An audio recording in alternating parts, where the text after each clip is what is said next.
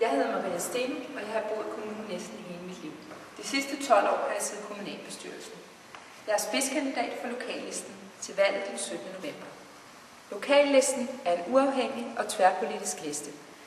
Vi har siden vi blev etableret for 25 år siden haft børn, miljø, borgerinddragelse og respekt og omsorg for de svageste blandt vores absolutte mærkesager.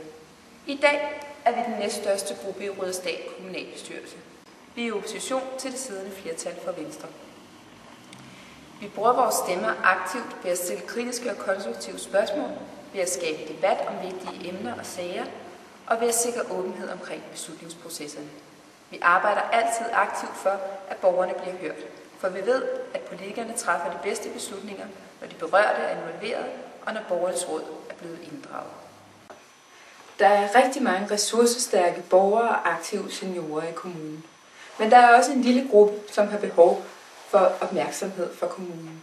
Det er de svageste i kommunen. De har behov for respekt og omsorg.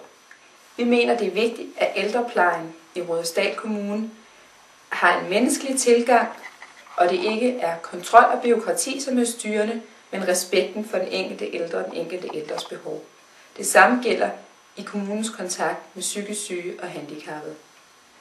Lokallisten vil arbejde for, at Rudersdal bliver CO2-neutral senest om 20 år. Ikke bare Rudersdal som virksomhed og som bygningsejer, men hele Rudersdal som geografisk område. Det betyder, at erhvervslivet og boligejerne også skal gøre en indsats. Den indsats skal kommunen understøtte. Vi vil etablere en grøn guideordning og afsætte ressourcer til at lave lokale miljøprojekter ude i boligområderne og i samarbejde med erhvervslivet. Vi vil arbejde for at fastholde og tiltrække børnefamilier til Rudersdal Kommune, for at vi sikrer en fortsat variation og mangfoldighed i befolkningssammensætningen i kommunen. Det kræver en række ting af os. Dels kræver det en aktiv boligpolitik, hvor vi også skaber en variation i boligmassen, blandt andet ude i Forsvarskommandoen, hvor der både skal være store og små boliger og billige og dyre boliger. Det kræver også, at vi fører en langt mere ambitiøs børnepolitik, end vi gør i dag. Vi mener, at institutionerne skal renoveres, så de lever op til moderne standarder. Det faldende børnetal, der trods alt er i kommunen, skal vi bruge til at sikre, at der bliver flere kvadratmeter til det enkelte barn. Det giver barnet bedre mulighed for at røre sig, det giver øget sundheden, og samtidig vil det også være bedre for hygiejnen og støjniveauet. Endelig vil vi sikre kvaliteten i det pædagogiske arbejde ved at øge personalenormeringen. Især er det vigtigt i forhold til ydertimerne i institutionerne, hvor der ofte er alt for lidt personale til de børn, der er.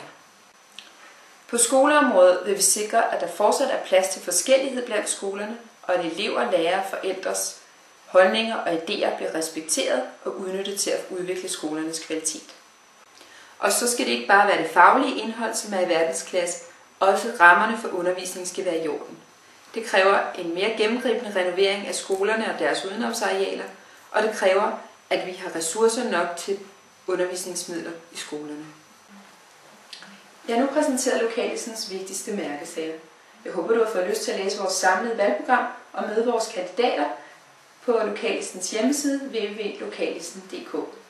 Derudover vil jeg opfordre til at stemme på lokallisten, så du kan være med til at bryde fabrikkens absolutte flertal.